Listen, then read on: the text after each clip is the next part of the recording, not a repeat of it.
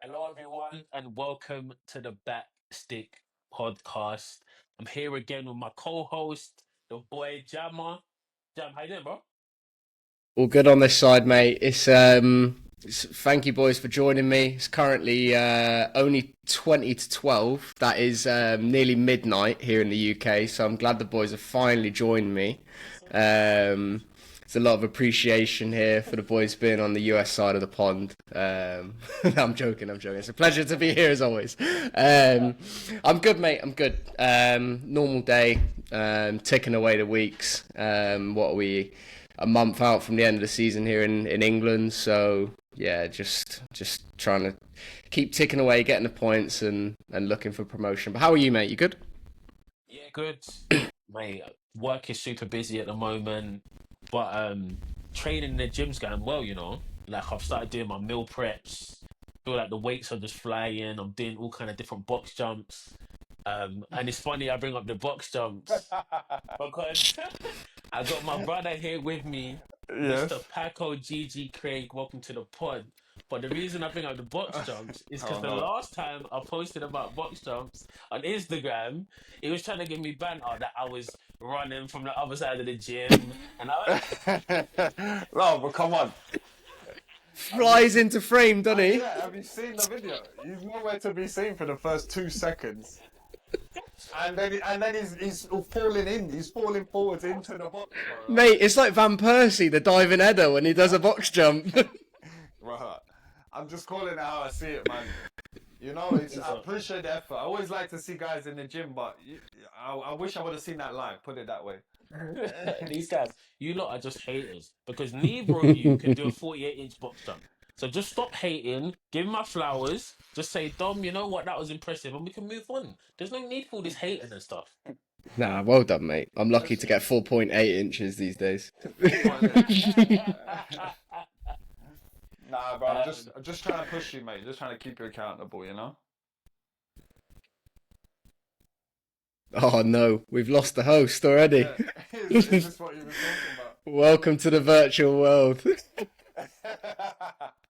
And to the listeners, we promised Dom will be back soon, but I guess I'll pick up where Dom has left off. Oh no, he's back. Here he is. I'm here. Don't know what's going on. AT&T are getting a call from me after this because that's a joke. Gotta But go it's just... fiber. Gotta go G Mate, I've got fiber. it. I've got it, bro. So I don't know what's going on. Oh, okay, that's what you mean. Yeah, I'm on AT&T. I'm smooth, man. I don't know Oh, what's what's going on. going on? Yeah, Yeah, but it's all good. But like I was saying, I don't know what I missed. But like I was saying, it's just give me my flowers. yeah, Um, but on that note, Paco, I do want to give you your flowers because this is not the first, not the second, but the third time I'm having a conversation with you. You always support everything that I'm doing from the days of when I was 16, 17 in yeah, your Facebook inbox, messaging you about how to move out to America and what playing in America is like.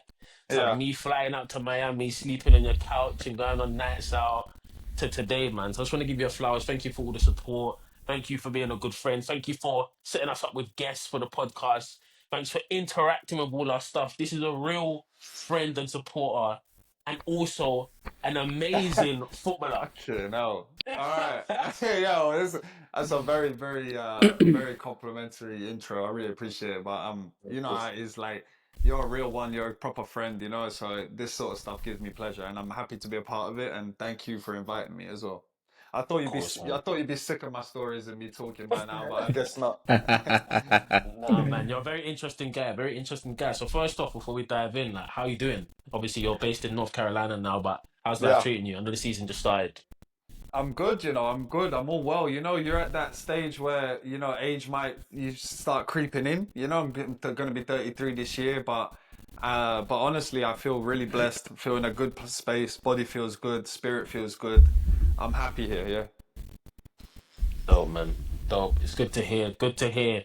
So just a recap about kind of how we know each other is you're good, also good friends with my brother, Yeah. Connor, who you played at West Ham with, this Mm. wonderful team, and obviously saw me a couple years younger than you in the academy too.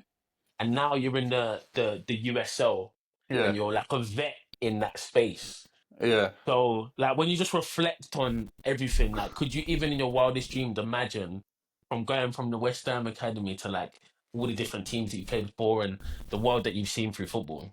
Yeah, honestly, not at all, man. I think I try and do that a lot as well. I try and reflect on it all the time, and part of you feels like you might have fallen short or wasted opportunities, but then, like you say, you go through all the special moments have had in my life because of football and this journey, and it does blow me away a little bit. Amazing, Yeah, man. amazing, amazing. And Jam, I'm not sure if you know this, but Paco's dad's actually kind of famous. Yeah, here we go. Okay. Do you know what? You Do you must know know? him though. No Do you way. know what? I swear to God, and this. So, for the listeners that don't know, all right, Dom just likes to come on here and talk his shit and have fun, yeah. But I'm actually grafting behind the scenes. I'm making sure the info's ready on the guests. I'm all the graphics that you're seeing on the Okay, socials and all that. All I knew right. there was more to the story So, when I was putting together the episode plan for this particular episode, I did actually see a comment on your old man, but I took it out because I figured it would just come up naturally anyway. So, there. yeah, tell me about it, boys.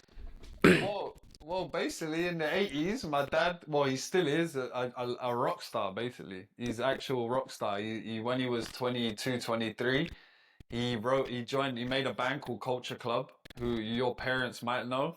I don't know about us, but our parents would know. But you'll know a few of their singles for sure. And by the age of 23, he was touring around the world, like playing his songs. Do you really want to know? Wow. Karma Chameleon, and so yeah, that's the household I had to grow up in, or the father figure I had, and it was definitely very formative. It left a big impression on me. Wow. Amazing, Yeah, man. amazing.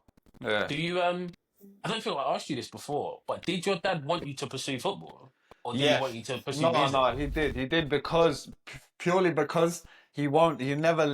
He's told me this story a trillion times, but his school team was so good that they played Fulham when they were under 16s. And they beat Fulham Academy, and Fulham offered the whole team scholarships. They offered the whole team contracts to join the academy, and he couldn't because his parents weren't around to like take him and support him and get him stuff. And so he never fulfilled his footballing journey. So instead, he became an international rock star instead, which isn't bad. Not bad. Yeah. So other than that, and also I think because of his experience in the music industry, he didn't necessarily want to throw us into that world. So he was using his sons like to kind of push the football dreams that he wanted to have as well, but in a good way, in an I amazing was way. gonna say, yeah, Yeah. yeah. It sounds healthy though. Like, do you know what I mean? Like, Yeah. you hear so many. I don't want to call them sad stories, but you hear stories of parents sort of living through their kids, Yeah. but in that negative way. Do you know what I mean? It doesn't sound like that dynamic whatsoever. No, no, he was like as like he's a cliche, but he was my taxi driver, my coach, the one buying everything. He supported me all the way through, and yeah, I would never have been able, and my mum too, but my dad was more hands-on, and I Mm. wouldn't have been able to accomplish any of it without them. So yeah, definitely owe it to him. Amazing, man. Amazing. Yeah, That's dope. And it's good, like, that it was channeled in a healthy way because I think a lot of parents you see where they didn't make it or whatever, they get to, and they're like on the side of the pitch screaming yeah. and so angry. But definitely that wasn't the energy of your dad from what I know of him at all. So No, it's nah, nice. he was too busy cracking jokes at your dad on the side. Yeah, Like your dad's a legend as well, bro. So the two of them would just sit up together and just joke. It was yeah, good. He enjoyed it. literally, Yeah. literally. So for those who aren't aware, obviously you was in West Ham's academy until Until 18, yeah. 16th, 18. So, 18, so you yeah, did yeah. so you did your scholar. Yeah. How does a move come for you to go from West Ham's academy to Young Harris, which is in what state is that in? Georgia, but Georgia. it's a Yeah. D2 school, Yeah. 1,000 students, bro. The year Yeah. I joined, there were 1,000 students. I mean, to cut the story short as possible, I couldn't find a pro team in England, so I played 1 year semi-pro, Bishop Stortford, Yeah. in semi-pro. And during that year, like, I didn't have any guidance, was lost, was a bit like, you dwelling on my failure as a kid. So I wasn't that in love with what was going on. I was a bit nervous about where I would end up. So my mum, thankfully, was the one who, caring about my education, brought the idea of going to school for free in America whilst you're playing football. So like using your football as a way to get both still. And so she helped me with the process. But again, a funny thing with that was I went for an agency and I managed to secure a full 4 full years guaranteed from Syracuse D1, which was 60 grand a year at the time. And then nobody guided me again through the clearinghouse process. So I didn't lie about the little 300-400 quid we were getting expenses from West Ham a month, which in nowadays is ridiculous because you've got the NIL contracts for these players. They're making these are college students are making millions right now, which is outrageous. And because I got a couple grand a year expenses from West Ham as a kid, I wasn't able to go to Syracuse in D1. So at that point, I was just scrambling, looking for the next best option, and a D2 school popped up, which allowed me to. Their clearinghouse rules are a bit easier, so I was like, look, I'm still committed to doing this experience, whether it works out or not. And then yeah, it was a bit of a mad story, but I ended up in the middle of nowhere, Georgia, but with a really good soccer program. That college had a great soccer program and a really cool experience, man. Yeah, and I think you make a good point because there's a bunch of pros who come out of that team Yeah, of yours yeah, and Young Harris, right? Do you yeah. want to just talk about a Yeah, few of them? absolutely, man. I mean, first of all, the coach and the assistant coach, I want to start there because they've both gone on as well to be pro coaches. But the head coach is a Scottish guy, Mark McKeever. Assistant coach was from, yeah, Mark McKeever. And then assistant coach is Dean Gray from Enfield. So he's a London man.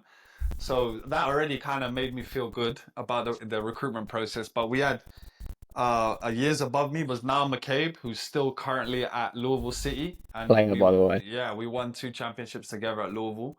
Ilya Ilic, who also was at Louisville, then bounced around, went to Indy, then started being a player coach at One Knox, then was the head coach at One Knox as well. So he's still having an excellent career.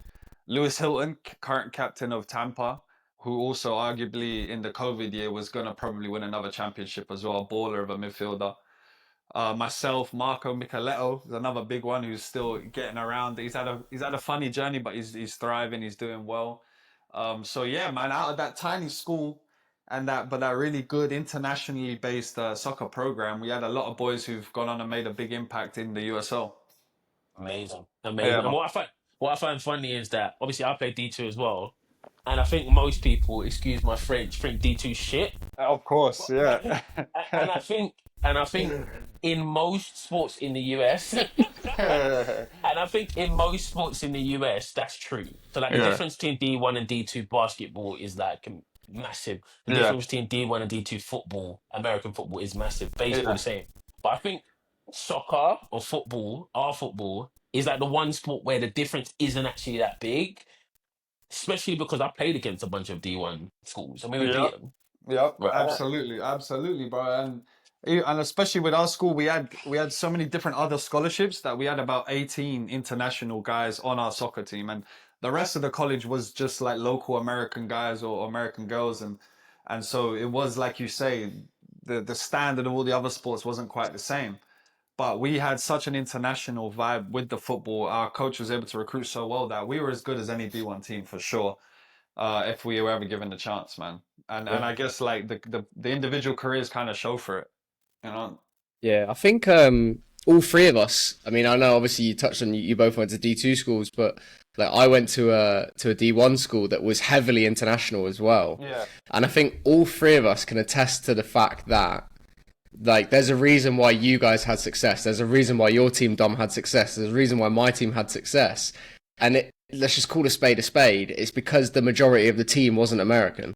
yeah, Uh, yeah, and and that just comes down to the education of where we come from and how we play football and how we see the game. But I think it's that, you know, you see a lot of American lads develop later and they yeah, might become good MLS or USL players in their mid-20s, you know, mid to late 20s. But certainly in that early phase, from 18 to 23 sort of thing, where lads are playing in college, the South Americans, the Europeans, in terms of just football education, are so much further ahead than, especially, you know, the lads that the academy system wasn't really. I mean, it still is being built out now, let alone, you know, 5 to 10 years ago, it didn't really exist. So we were just further ahead at that point in our careers.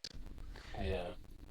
And one thing yeah, I'd add on that, kind of speaking to some American folks, is there's like a big dropout out of the game when people finish high school. So like if they don't get promised contracts at their academy or whatever, they just drop out of the game. So you will see like Mm. some of the best players just don't play after 18. And then also what I hear is if American players don't make it a D1, they just don't even fancy doing the D2 thing, which Yeah. which I find interesting, which they should do because some of them are still good. And so I feel like even in the college system, sometimes we don't even see some of the best American players, which is unfortunate because to Yeah. Jam's point, some of them develop a little bit later. I think the first point I think is absolutely true. If you look at street culture in America, street culture is flag football, basketball all day, every day, and street culture for us was just kicking a ball always. So Yeah. like from the ground up as a kid, you spent every minute you could outside playing football. Like you said, you develop so much more IQ, understanding, and relationships, like tactically even without realizing it, uh, outside of this country for sure. But I think that one point I haven't thought about this before too, but you said it. You said a good one is if they don't get to go D1, they don't fancy D2, and the reason behind that is just going to a D1 school is just too lit. It's just way too lit, bro. Mm. Like you're sacrificing like probably the greatest 3 years of experiencing as a young, as a young man of your life just so you can play better football. But like my college, for example, had 1,000 students. It was a dry campus, so you couldn't drink alcohol and it was in the middle of a little village in the mountains. There was nothing there. So I can't see too many Americans who know what a real proper university is like. South Carolina or something or UNC. Mate, Or, you know what I mean? so so you literally hit the nail on the head there. I was going to bring up South Carolina. Yeah, So yeah, South Carolina, for my 4 years, were in the same conference in men's soccer. Obviously, they're SEC and every other sport, but they were actually in our conference for soccer, yeah, and they were the worst, like one of the worst teams, bottom two every single year, all 4 years. And I didn't know that South Carolina, as like an English boy coming over, I yeah. did not know that South Carolina was that big, that was that like amazing school, like whatever. I could never understand, like from a recruiting perspective, I wouldn't even talk about football. I Yeah. would just say like, this is South Carolina University. These are the birds. Do Yeah. you want to come? Yeah, come visit. Like even just a visit. Come Yeah, visit. like And this is what we've got. mate, and if they showed me South Carolina University, all of that, and then Marshall, mate, I'm on the Yeah. first flight to South Carolina.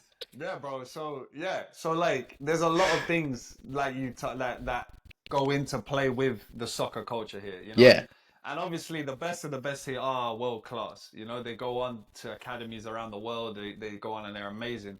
But as a culture, there's many things that get in the way of it. Definitely, and it has a long way to go still. Yeah, yeah, Yeah. yeah. So, so let's talk a little bit about like how you got into the program. So obviously you went to Young Harris. Of course, you did well there.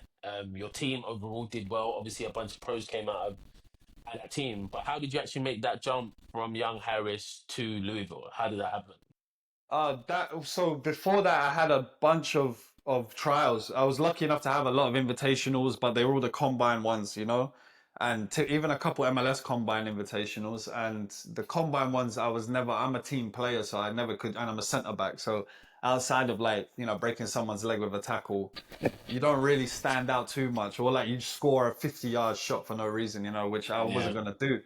So it was tough for me then. So with Louisville, I was able to first of all have the reference of two previous college teammates playing there, so they know the coach. Mark McKeever, our head coach, had a relationship with James O'Connor, who was head coach at Louisville too, and they just begun preseason and they were looking for a centre back. So like it was kind of one of those things where you keep trying, you keep sticking with it, and the planets line up for you. Eventually, I am a believer in there's something that took me a long time to realize is if you do really want something, there's a difference.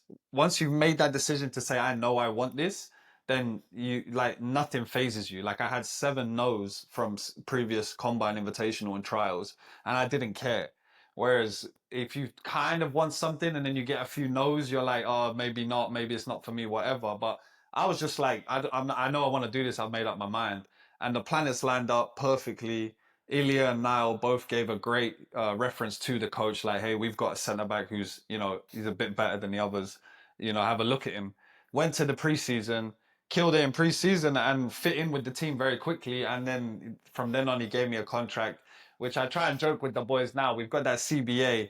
with the players union, so to make sure that the minimum is set. But back then, bro, you were just signing whatever they gave you, right? So 2016, there was no bonuses, no nothing. It was just you're gonna live, you're gonna have a house for free, and then this is your contract. I'll take it, mate. We'll go from there for sure, bro. Yeah, mate. Was it just on the subject of contracts? Like, Yeah. I mean, pre-CBA, like some of those deals were they like how they were allowed from like even just basic like labor laws Yeah. and just it like I don't know, I mean, bro. how were they allowed to employ people full time? I mean, I knew lads when I was back at Tormentor that were. Do you see these bubbles that are popping out on my Yeah. screen here? What's going on there? Are you on iMessage? You're on FaceTime there, bro. Have you FaceTimed in, Jamil? Swiftly moving on. No, like lads getting offered like next to nothing. Yeah, You bro. know, and like it used to blow my mind because not to. I mean, to some of the listeners and whatever, this might sound very arrogant, but for me, like, I just wouldn't play football for free, like, in a full-time sense. Just to call myself a professional, like, for me, it doesn't fit in with what I want to do.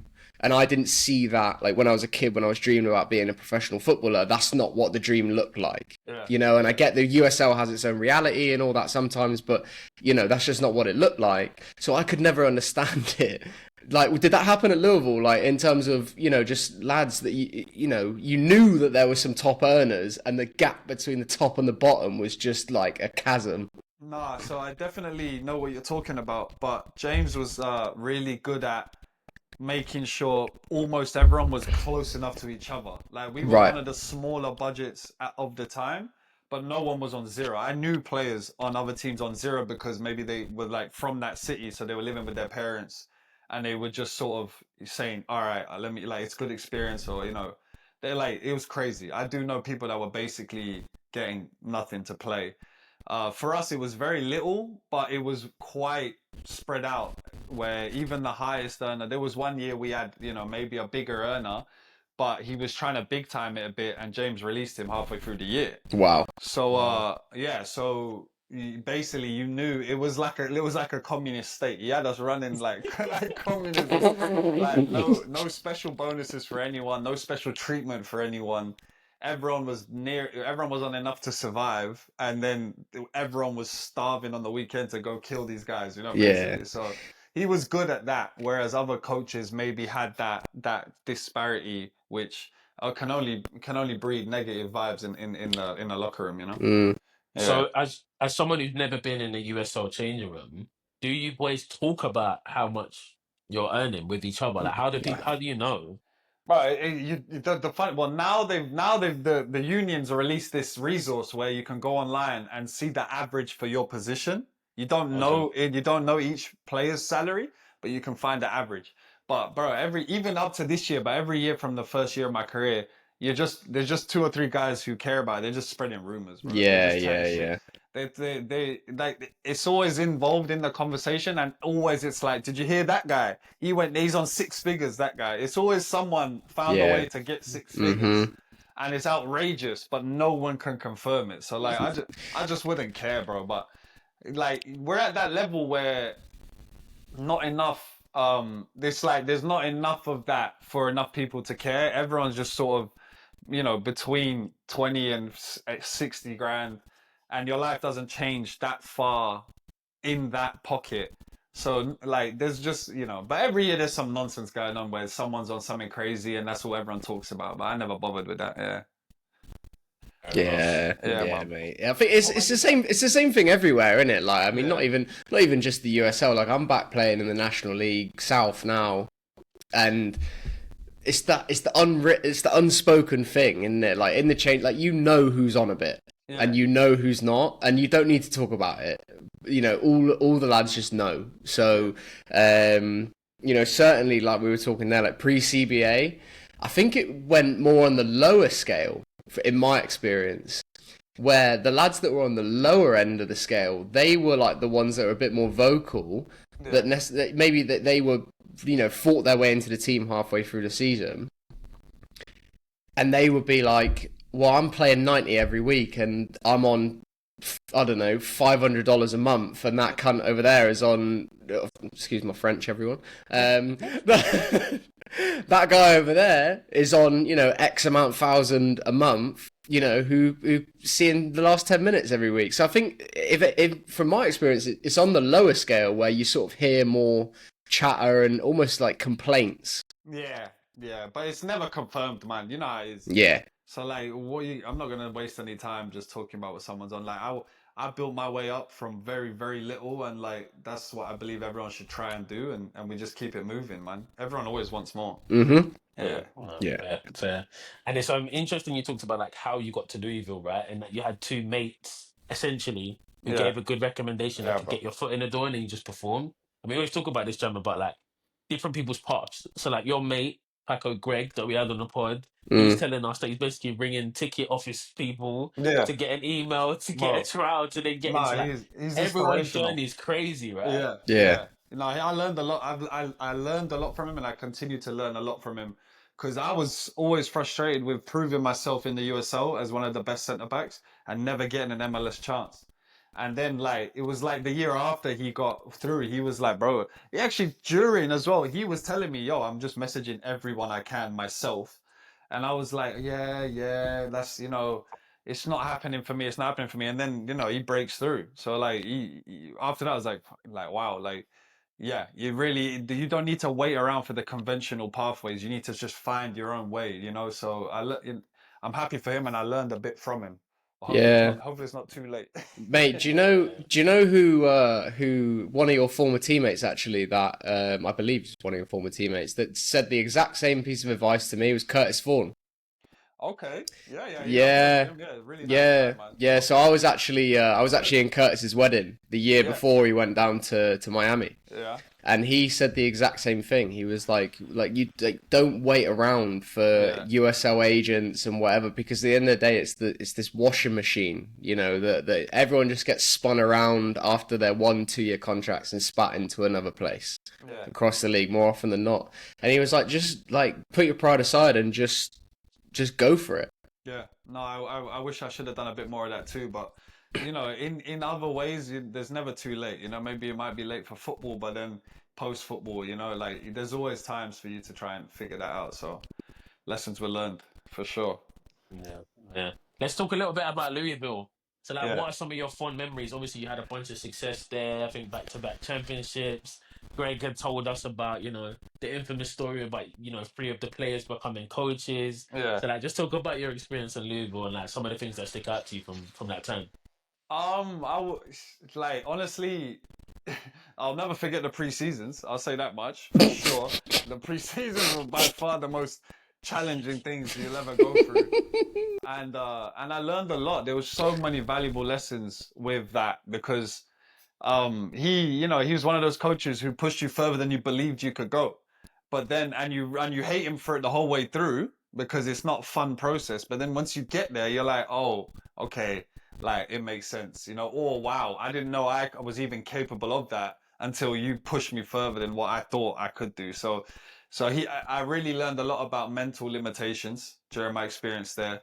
And hopefully try to carry it on. I've had to be more flexible around it because not every environment is like that, or not every person responds well to that.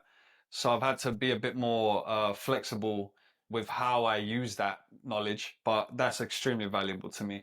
But other than that too, like the feeling of fun, he made it into like a really, almost like a college team level of camaraderie, which is quite rare in the pro level because everyone's trying to get on with their own lives. Like now I'm a bit more private with my life and I spend a bit more time at home with the missus and that. But at the time, he recruited so carefully where no one had babies, no one had older like lives, so we just spent a lot of time together. And so you'd think after a long day's training, you just want to go home and leave everyone alone. But we would get together and hang out in one place, watch a Champions League game at someone's place, go get dinner. So the camaraderie as well was amazing. That way you can cut loose when you're getting pushed out hard, or when you had a bad game, you can blow off the steam so much easier together. That was beautiful. But like, yeah, I don't know. I guess Greg mentioned a lot of the big ones, but winning was always amazing. And coaching ourselves was incredible. I don't know if you'd want to go back into that, but it was one of the coolest experiences I've ever had, because we were unbeaten in the league. We didn't lose a game in the league during that moment. And so you would finish the game, and their coach would have to shake hands with every player, you know? Like, he didn't have a coach to shake hands with, or someone so he had to just acknowledge us. Then he just lost to like a group of lads, you know what I mean? Like, so yeah, can you imagine? You know, like, so that was unforgettable feelings. Mate, I'm not sure Yeah. that we asked this when Greg was on the pod actually, but was one of the three like suited up or in a So tracksuit? Luke Yeah, there Director, was. who's head coach of Tulsa right now, doing a good job with Tulsa. Okay. Luckily, we nicked an away win off them 2 weeks ago, but other than that, they've won every game I so was far. gonna say they're flying now. Yeah, they won every game, and it's, you know, a lot of it's down to him, bro. But he was injured. Luckily, he was out of the three that were coaching us. He was injured, so he did the game day coach role and the subs and everything. So he would get his suit on. You Ah. know, he'd put his he's got a strong glare. You know, he'd put his little glare on, and he's masterminding the subs and all that. You know, and so yeah, so like the coach would have to go over and be like, you know, good job to a player, Mm. and it was sick. It was really cool, man. But like at the end of the day, like all the suffering and pain and mental challenges you had, you only remember the good vibes. You know, Yeah. like a lot of those boys are the guys that I continue to stay in touch with, are my closest friends.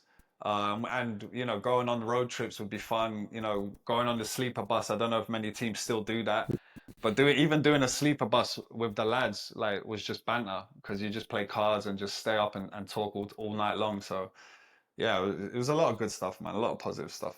Yeah. Dom, I actually have a question for you before we move Yeah. on. I love it. I love everything you said there, Paco. But on the subject of, you know, obviously a player becoming a manager and whatever. If you were a manager, right? What sort of manager are you? Like a Pep on the sideline, like arms flying everywhere, or are you the bothered one? Are you Mourinho sat there like you've mapped it out before the game's even kicked off? Do you know what it is? I think my outside persona is like very calm. So like on the pitch, I'm doing the calm thing, like the Ancelotti kind of vibe. Ancelotti. I'm doing that. Yeah, but when we get in the changing room, I'm in people's faces. I'm screaming at them down, like I'm flipping tables, like all of that inside. But externally, I'm like this cool, calm, collected guy. But like, I think like galvanizing, getting onto people and getting people's faces and that. I feel like that would be good. Kind of like almost even like a Fergie. I feel like Fergie wasn't all that animated on the pitch side. But Yeah. obviously we heard all the stories about the hair dryers and all of this kind of stuff. So yeah, I think that's what I'll be on. What about you, John? He just called himself Fergie, by the way. Yeah, Yeah. Ancelotti. Ancelotti. I mixture of the two of them. yeah. Oh, I don't know. I don't think many of our listeners would know, but I think I'd be Brian Clough, mate. I think I'd be arrogant as fuck and tell everyone how good I am all the time and then back it up. Yeah, that's the key though. The key is backing it up. Yeah. Yeah, no, he's a legend. He was one of a kind, bro. He's just because he's a motivator one, you know? Yeah. He just had the boys wanting to die for him. See, and that's you've hit the nail on the head, mate. I don't think I'd be on all this tactical nonsense. I think I'd have a good assistant who would take training. I think I would just be, you know, I'd be the guy that would get the boys in the right headspace to where they'd go out and they'd run through walls, and then the game Respect. takes care of itself. Yeah, respect, man. So on that note, like, are you interested in coaching? Like, Yes, coaching career? I am. I've completed my B last year, my American B, USSF. Mm. I will have my A before I retire, so in the next 9 years or so. Because I'm gonna play till the wheels fall off. But I'll have my A before I retire, and then in an ideal world, I mean, if I can take an assistant in the USL or something with going to the head is amazing. But my biggest passion of starting out would be at an elite level academy, so MLS academy, or in another country in the top level academy, just because that's how I want to develop myself, and also I want to be able to like impact younger men or women at a crucial age where they might not be ready for what's going to come for them when they're adults. You know, I want to try and affect them at that level. But I absolutely want to be a gaffer eventually in any respect, you know. I can see you doing that. I can see you Yeah, doing that. appreciate that. Yeah. Appreciate that. Yeah, Mate, man. do you know what, Dom? And obviously, you two have known each other for years, and I've known of you for a long time, Paco, just from playing in the USL, and players know players and whatever. But you strike me as someone who your whole life you haven't cut corners, and that's why you've continued to have success in all areas of life. And even when you're looking to the future, into an industry, into a world that you haven't even been into, you're not talking like, I'm going to get this A license and then I'm off, I'm getting an MLS coaching job and all this. Like there seems to be a sense of like realism, but also, the road and you're not cutting corners to make sure you get to the top. So it's something that I really respect it, mate. Like just to put it out there. And, Dom, I'm sure you can attest to it as well. Like, I'm sure whatever you go into, the attitude and the perseverance that you've got, it will shine through. I really appreciate that, man. Yeah, Yeah. thanks. I think one thing I say about Paco is I don't know anyone who doesn't like him. He's like just a pretty genuine guy. Is that a Like, good he's very thing though? You gotta Yeah. you gotta have some people that hate you, right? Am I just Hey, praising everyone? hey, everyone's got skeletons in the closet. Yeah. And also, everyone I know who knows you well, I should say, Yeah. hasn't Yeah. got a bad word to say about you. You're a pretty genuine No, guy, that's and yeah, I I think everything appreciate Jan that. said is right. I appreciate that. I do. I appreciate that, and yeah, man. I think you just try and stay worried about yourself. I think one key is to it's not always easy, but to just stay locked in on your own road. Okay, this is what's happened to me. This is where I want to go. Like when I do this, this is what happens. When I do this, it gets better. When it gets worse, like just really be almost entirely selfish on your own reality and your own experience and your own development. But at the same time, that helps me, I guess, be a nice guy, like you said, because I just leave everyone to try and do their one too. So I don't try and squash your life. That's why I want to be a youth coach, because I'm not trying to squash someone else's energy or their approach. Like my aim is to create an environment to help you keep raising your frequency or your energy. And that makes me happy because that's what I'm trying to do with myself. So I guess that's one of the motivations for me for trying to do the youth level is to really not be one of those suffocating, squashing type influences on a kid or bending and shaping them into what you want, and try and see if I can create that environment to just let them like blossom into their own self, and that's probably why people like me, I guess I let people, I just want everyone to be themselves. Like, Yeah. I yeah. think one thing I want to talk about next, just kind of switching topics really quick, Yeah. is COVID. That Mm-hmm. COVID time, you came back to the UK. We Yeah, were in man. a lot of contact because we were both like moved back from America to the UK. And just talking to you at the time, all I can remember is like feeling a sense of frustration from you Mm-hmm. and like hunger for more. Because I think, and again, I feel like this is the Celebrate Paco podcast, so don't worry, I'm going to give you a bit of banter later. Yeah, But please like, do. you'd completed the USL, right? Yeah, You'd been Defender of the Year, you'd for won the sure. title, and you were just looking for more. You were looking for MLS, and it just wasn't coming for whatever reason, right? Yeah. And so, talk to me about like that time and why you decided to kind of come back to the UK and try and figure out if there was a path for you to play elite football.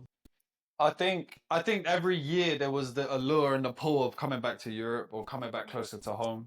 And every year I was near enough getting the same response, which was like you've not played 1 year in England, so you got to start in Conference South again to prove you work your way up, and every year I'd be getting a year older. I'm like 25, 26, 27.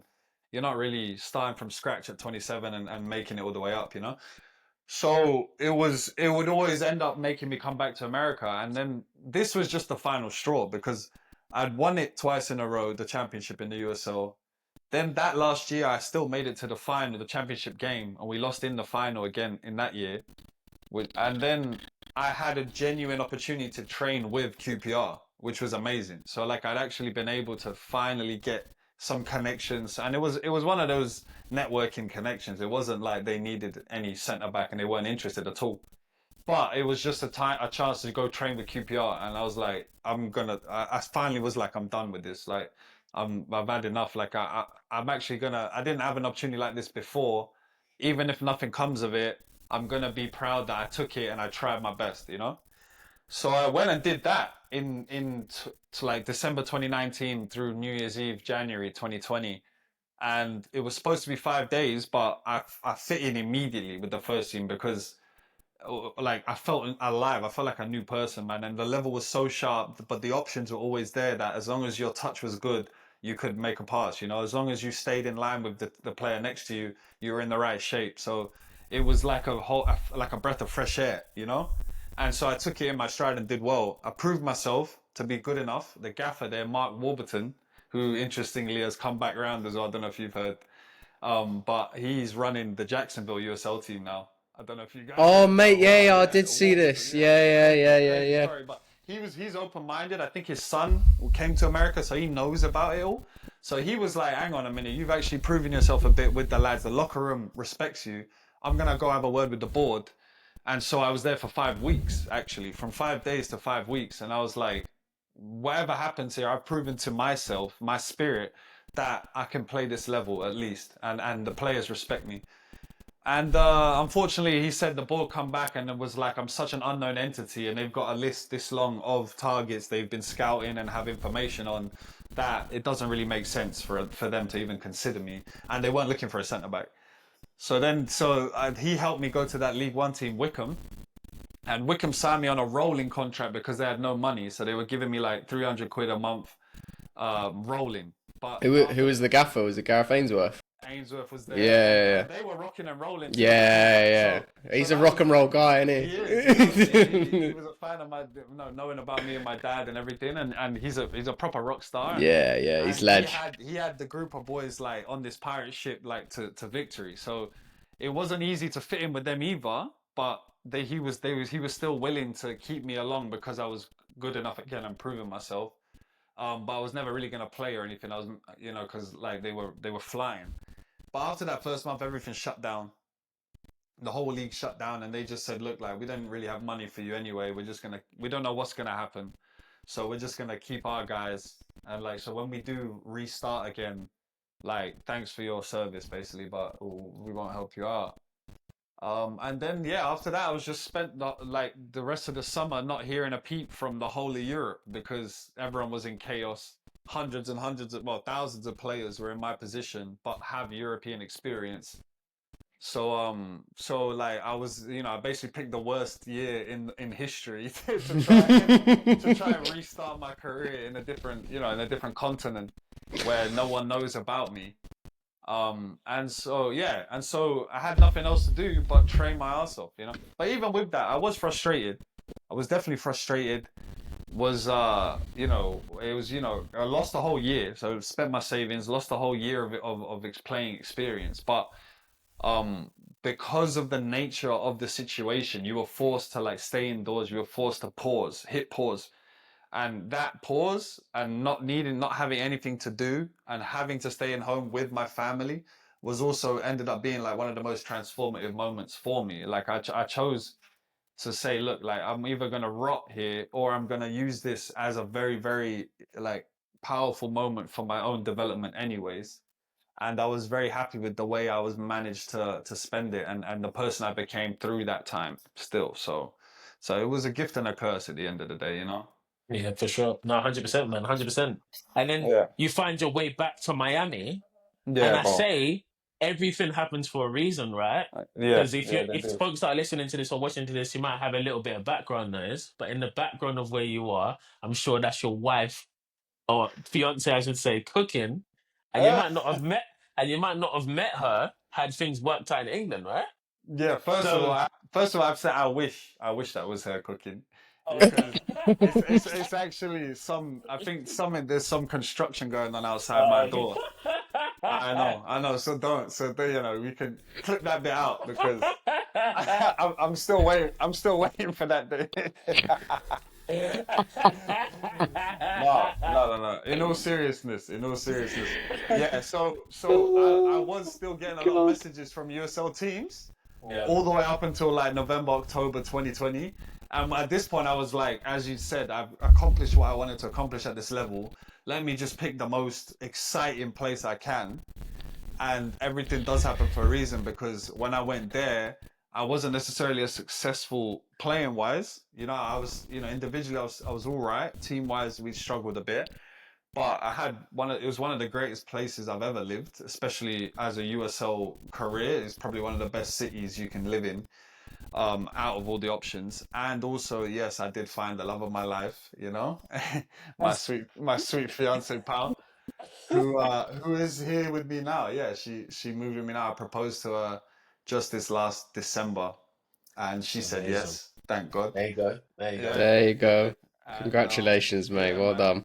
Yeah, and it's funny because, like you said, when you think of all the moments from being a West Ham footballer, I do genuinely feel like I've found my most special person to live the rest of my life with. So I can get as mad as I want about not making it in England, not playing in the Premier League, but like I wouldn't want to have the rest of my life with anyone else. So, Amazing. yeah, I'm grateful for all of that. And I can attest to that. Paul's super sweet. When I come to Miami and you was lot busy, was training, we went out on the beach and we was playing what's it called? Tech ball. Tech ball. We was Tech. playing tech ball together. Yeah. And But you've got no tech.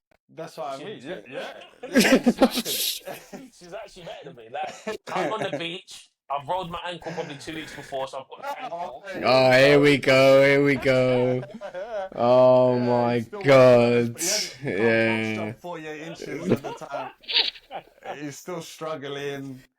Yeah, we know how it is. Mate, get off the box jumps and get on the Bosu ball. I know. The Bosu. But yeah, we was on the beach together and we're doing that double. So it's me and Paul versus two others, and she's absolutely carrying us. Yeah. I'm like fizzing it at her knee, and she's like flicking it onto the table. I'm Yeah. like, oh, cheers. Yeah, bro. Nah, she's a baller, man. Even with football, with 5-a-side, with 11-a-side. She played pro as well in Colombia, Yeah. and she's playing in the TST tournament. She played in that last year, so she's Okay, trying to dope. get the tournament. It's here at our training ground, but it's a pretty fun one. So she's a baller, man. You gotta watch out. Yeah, man. Yeah, Yeah, man. yeah. So just talking on that then. So you spoke about Miami, and things weren't as successful on the pitch as they were at kind of Louisville. Things obviously come to an end, and now you find yourself in North Carolina. Like, why did you feel like that was the right time to leave Miami? And then why North Carolina? So again, after the 3 years I had there were amazing lifestyle wise. Wasn't exactly saving every penny, and to begin with that was all great. But when I found my missus, priorities start to shift a bit. Also I'm getting on a bit. In Miami was when I went over 30, and in the USL, you have to be a lot smarter. You're not getting 200 grand a week type paycheck, so I was feeling like, one, I wasn't that too over the moon with the competitiveness of our team. So as a natural competitor, I was happy with my life, but there was still, if football's not right, then it's like it's tough to enjoy life. But then also the fact that I wanted to consciously move into another stage of life where I started my B license at the end of Miami. I wanted to try and start setting up a more calm, relaxing, save money type situation. And to be honest, like, I'd spoken to a lot of players in the league and always heard good things about North Carolina. Where if it's the town and the place and as a place to live and the people there, but then also the club is well organized, well structured, well set up. So if it wasn't gonna be the most obvious championship contending team, it was still gonna be like a good place to live, a place where I can be happy about my workspace as well. And I was very fortunate that when I reached out to them, they showed interest with me too, because you can't just pick where you want. How it goes. Sometimes you get what you're given. But I was able to establish a good communication with them, and we were able to make it happen, man. Amazing. And how's it been? Obviously, this is your second season. Yeah, there, second right? year here. So how's it been so far? So it's been almost as much as what I was expecting, which is good. Like, it's been really pleasant, man. Like, it's a really, really enjoyable place to live. I'm able to still go on like a quick drive to the beach if I want, a quick drive to the mountains and waterfalls to hike there. But football itself, it has one of the nicest training grounds. So we have good grass. In Miami, we was on AstroTurf and not even good turf. So like here we're on grass. So like I had a little bit of a knee issue. I had a little bit of an ankle issue. After 6 months of playing on good grass, like that started going away. So physically, I feel better here than I did in Miami. Probably for other reasons too, you know. Maybe there might be a little less. It's the cooking. It's the cooking. It's the cooking. It's the home cooking, you know. Yeah. But having a good facility. Also, they're partnered with a lot of recovery clinics, essentially. So obviously, I was a little late to this call today because I had my massage therapist. You know, it's an off day. Got to see my massage therapist. She can get me right, you know.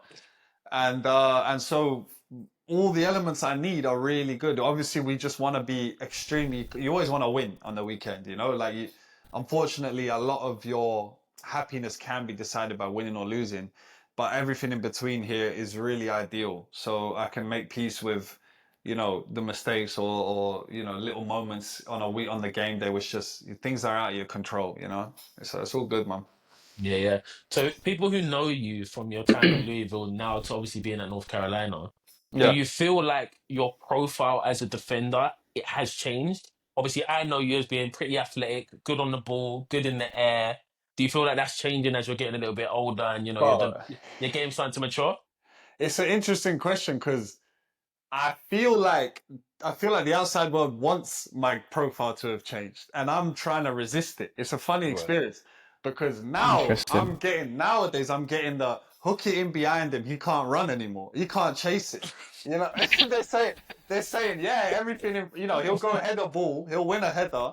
But if you put him in a foot race, he's getting exposed. They're saying like, isolate him 1v1, and you like I'm some sort of 45-year-old with a wheel. Like they think I've got the stroller out here. So, and I've heard it. I've heard the chat. I've heard the players say it. I've heard coaches say it. I've seen it in games where they're just trying to target me. And not gonna lie, there's been a couple times where, you know, if I'm just the one thing the American League has is athletes, bro. Yeah. So every now and then, if I'm going against a speed demon, I might need a little cover. You know, I might need and I might need the other centre back to slide over a little, give me a few yards. But on the whole, I'm trying my best to resist any of what's going on here. I'm still the same aggressive, composed on the ball, aggressive man. You know, put it in the air, I'll win it. I think in terms of improving a game, it's a tough one because sometimes you just play different systems or coaches are asking different things of you, and that brings out a different type of player. So not to make excuses or anything, but sometimes you might, you know, when you see a player, when he goes to a different team, he turns into a different player. And I think there's elements of that happening where I might look different now just purely because of the system. But yeah, none of that. I haven't lost a yard yet. I ain't lost a yard yet. You know, I'm still composed. You know, so I'm trying my best to continue representing the way I've been known to. You know. Yeah, that's man, that's an interesting one because like it. I regressed as I got older in my career in terms of like I knew when I lost a yard of pace and I used to play on the wing, and then that's now why I play as a left back because fullback, for sure. yeah, you know, it's a natural regression. Yeah, come join me, bro. Yeah.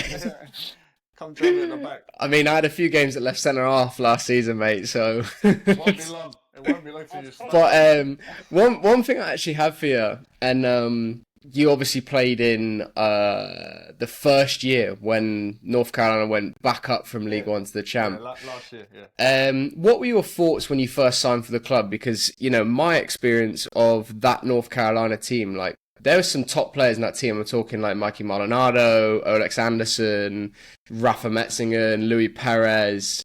You know, some, like, in my opinion, some really top players. So when you were sort of seeing that squad sort of being composed and come together, like, what were your instant expectations? Like, I guess not what was laid out to you, but what were you thinking? You know, there's a few lads coming up from League One. Did you have a sort of stigma towards that already, or? I have to confess, I'm probably one of the worst guys in the world to know other players. Like Right. even just growing up as a kid, I didn't know the school team boys that we were playing against. I didn't know the pros on TV. So when I saw a lot of about football trivia is not my strong suit. I love playing the game. I love the game, and I love playing it. And I will remember one or two guys from my own personal encounters with them. But I'm so bad at knowing players. So when I joined, it was a very, very blank slate. I was Right. very blank slate, open-minded. My main thought was, all right, they're moving up from League One, so they're not gonna immediately be the best team in the league. That was it. But without any disrespect, I was just happy. I assumed it was still gonna be better than Miami, and the situation I was in. No disrespect to them, but I was happy to leave and go anywhere, especially because of the setup they have. Yeah. So the guys themselves, I didn't know anything about. And then guys would tell me, like, oh, we signed Armstrong. Someone was like, oh, Ezra Armstrong's, he's sick. I was like, cool. Then we signed Colin Martin, who has a sick, CV, and he's a baller. And everyone was like, he's sick. I was like, cool. Like, I didn't know it. I've never played him, so I didn't know him. But as soon as we showed up in training, all of the boys that they kept, I was like, these guys are all easily good enough to play in championship. I was like, these guys are sick. I was like, no wonder they just, no wonder they managed to find a way to win League One the year before. I was immediately impressed. I was like, what are these guys doing in League One? So Yeah. So I really kept an open mind, and that helped me because for me, everyone was equal, and you had to show it by how you played. And everyone, majority of guys, especially the League One boys, I was like, yeah, these are all ballers. So this is good. This is a really good situation, man. Yeah, sick. And just last one on that. Obviously, we talked about you're trying to resist losing a yard of pace. I've seen Olex ruin a few centre halves in the channel, so Wow, no, but man's like Olex, like, there's no need to stress, bro.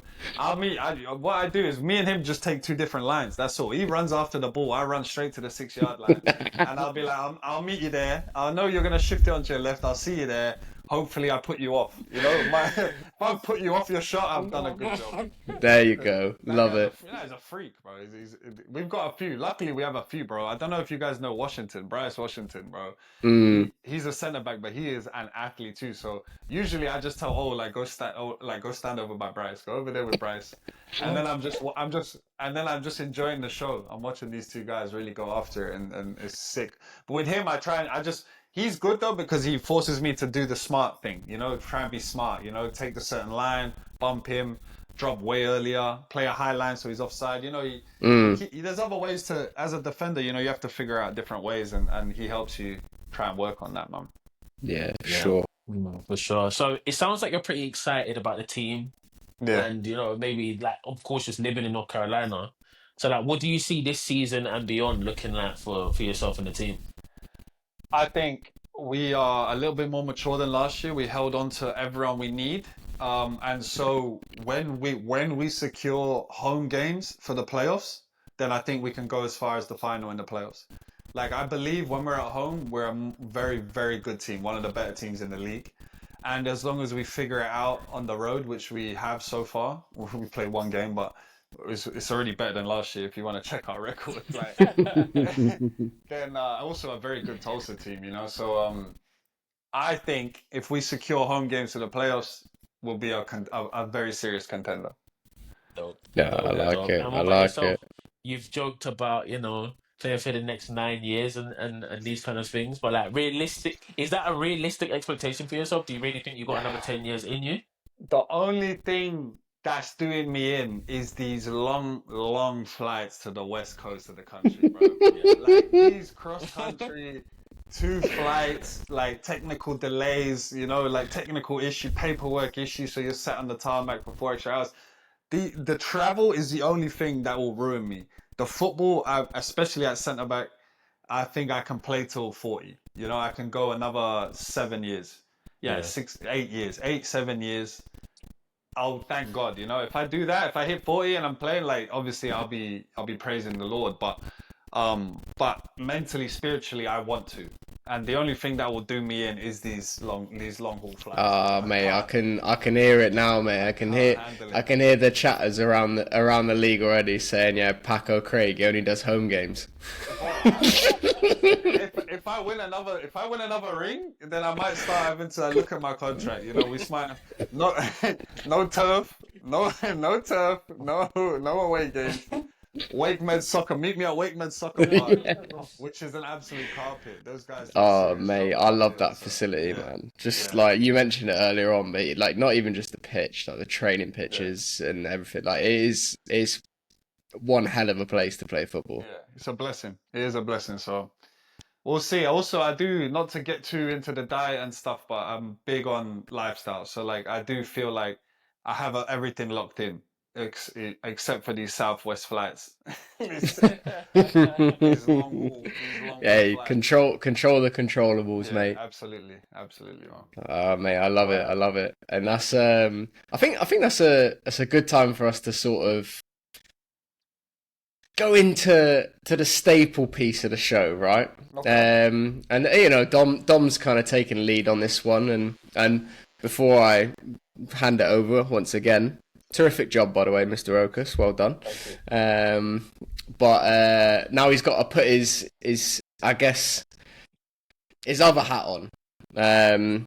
Yes, you've had a trim. I get it. It looks fresh. Yeah, well done. But Mr. Paco Craig, Yeah. it's time for you to be put through extra time on a Backstick podcast. Dom, take it away. So, Paco, I know you've been listening, I know you've been watching, so you're familiar. The extra time portion is hosted by myself. Okay. Now, the reason I get introed by Jam is because I have this like alter ego on like the Twitters and the Instagrams and the YouTubes. They call me Steve Harvey with a skin fade, and so and so like I basically just like really kind of take this portion and host it myself and really have a good dialogue with the guest.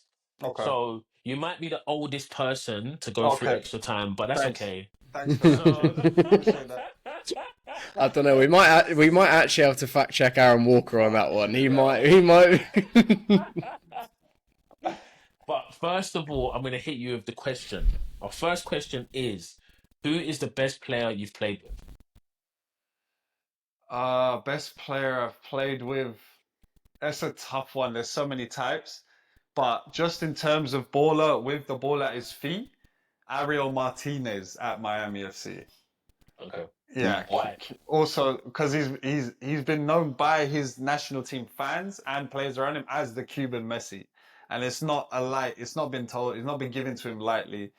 He won't do a lick of defending for you. So that's why I'm saying with the ball at his feet, I've never seen someone have it glued to his foot as much as this guy. Yeah. And the worst part is he'll, not to speak ill of him, but he'll have a little cheeky smoke and a drink straight after He's walking out the training ground, going about his daily activities. But then when he shows up, he's on the phone all day in the locker room. But then as soon as the ball's at his feet, he switches it on like he's a magician. So yeah, he's a crazy dribbler. He'll make you look silly. So I'll go with him. I like it. I like Yeah. it. Conversely, who is the best player you've played against? Best player I've played against. This is a cheeky one because it was only once, but Bastian Schweinsteiger when I played Chicago Fire. Yeah, his aura is a joke. He's massive. You don't realize how massive. He's like the Hey, German Frank Lampard. His his head, legs are like everything. the size of my chest. Yeah, everything about him was a joke. And then yeah, he was in the twilight of his career, but still had the composure, just pinging it, spraying it wherever he wanted. So I would go with him straight off the top of my head. But once again, I do want to preface with what I said earlier. I'm not the best at naming players, remembering players. There's probably a lot of other amazing players I've played against as well, for sure. But he stands out right When you now. think of Schweinsteiger, you just think of like technician, Yeah, yeah, like like textbook, crazy. like Crazy. no, And the long ball's right on the man's foot. Every yeah. pass is perfect and immediately there. Like he's delivered immediately and perfectly. So and he's a beast. So you can't press him. You can't try Yeah. to tackle him. So Man. yeah. This one usually stumps our guest, Yeah. but if you could pick three teammates, past or present, to go on a night out with, who would they be and why? All right, so all right, one lad just because of the chemistry with him as well, and he's a madman is Richard Ballard, who was Yep. with me at Louisville. Yep. Brought him to Miami with me, and then he went and played at Knox as well in League Yep. One. Mm-hmm. So he's affectionately known as Filthy Rich. that's his Instagram handle. Yeah. And but we struck up such a friendship. He's a madman. He's a madman winger, you know, flair winger, funny as hell, free, open, spiritual. But we struck up such a friendship that we had that openness with each other, so we could bounce off each other on a night out, super easy. Another one I have to say is Alexis Swahi, who's current centre back for San Antonio. But again, the Louisville, there's a trend here, as you can tell, Louisville buddy. But again, absolute madman, like unhinged madman level of French African. You know what I mean? French Yeah. African man's uncontrollable, unstoppable. Yeah, I mean, relentless. And a third one, I'm gonna have to go. This is a tough one. This would be tough for me because on a mad night out, like these two for sure will be with me, for example, for my wedding. And I'm thinking other teammates I've had. It's tough. It's tough. I don't really. I'll just go with another Greg Ranjitsingh because he's my boy.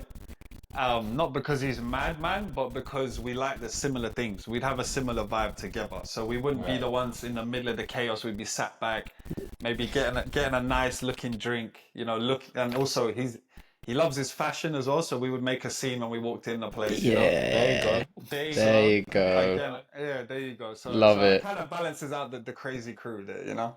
I like it. I like Yeah. it. And I thought it was going to get very awkward there because Greg did pick you first when he was on our episode.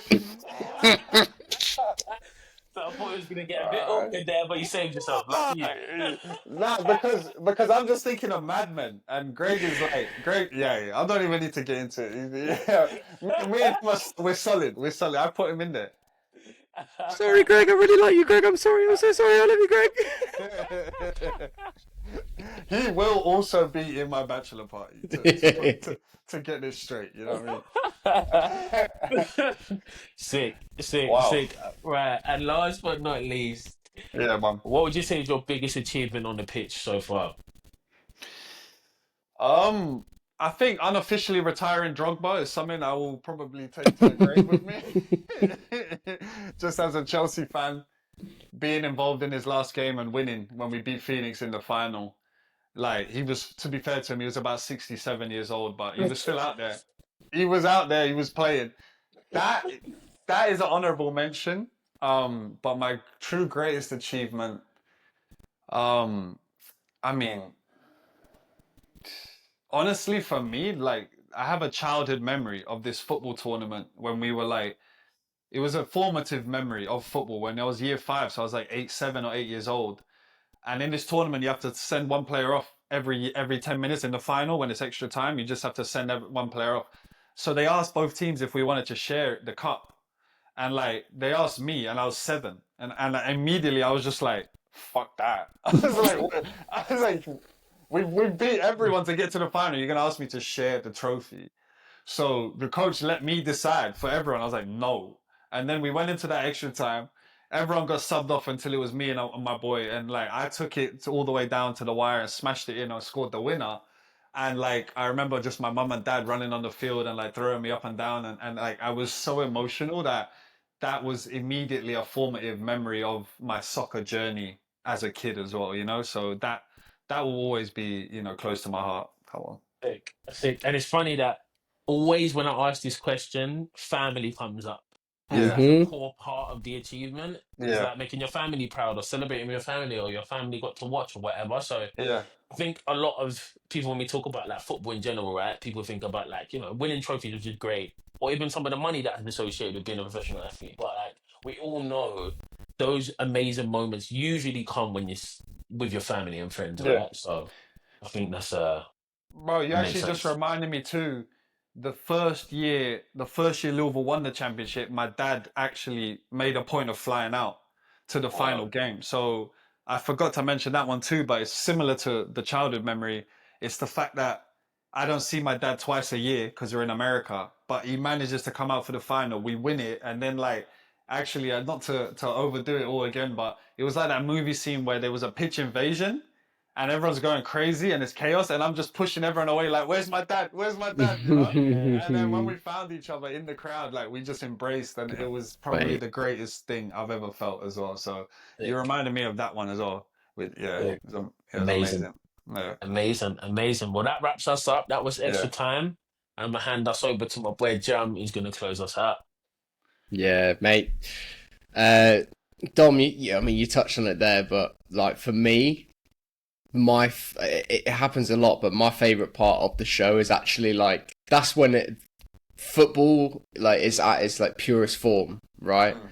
Like we talk about when family's involved or whatever, but like that, like the core memory, the fact that it sticks with you so fondly from when you were 7 years of age, like Yeah, that for me, like that's what, not even just football, like that's what like activity, sport, like human interaction is like literally all about. Do you know, yeah. like, and that like that core memory will stick with you even once your football career is done.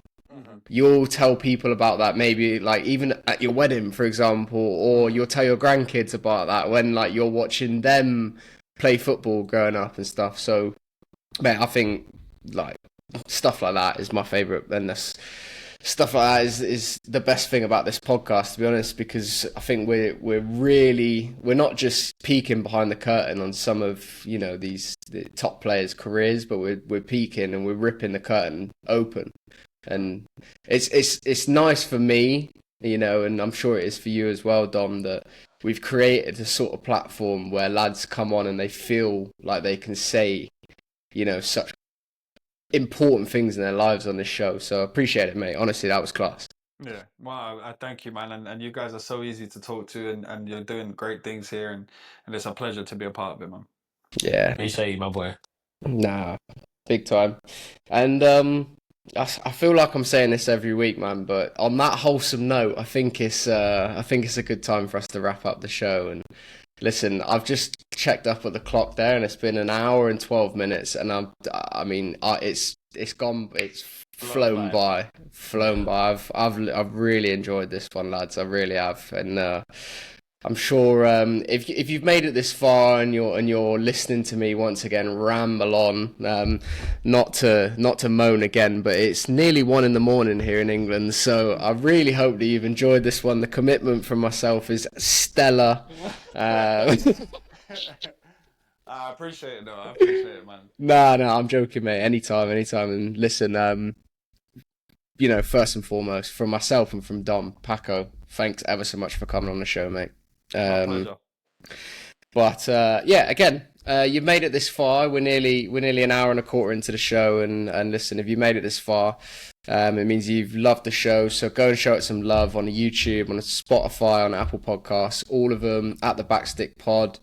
You can follow Paco. We'll leave his socials in the description and everything below. So show him some love. This has been a good one.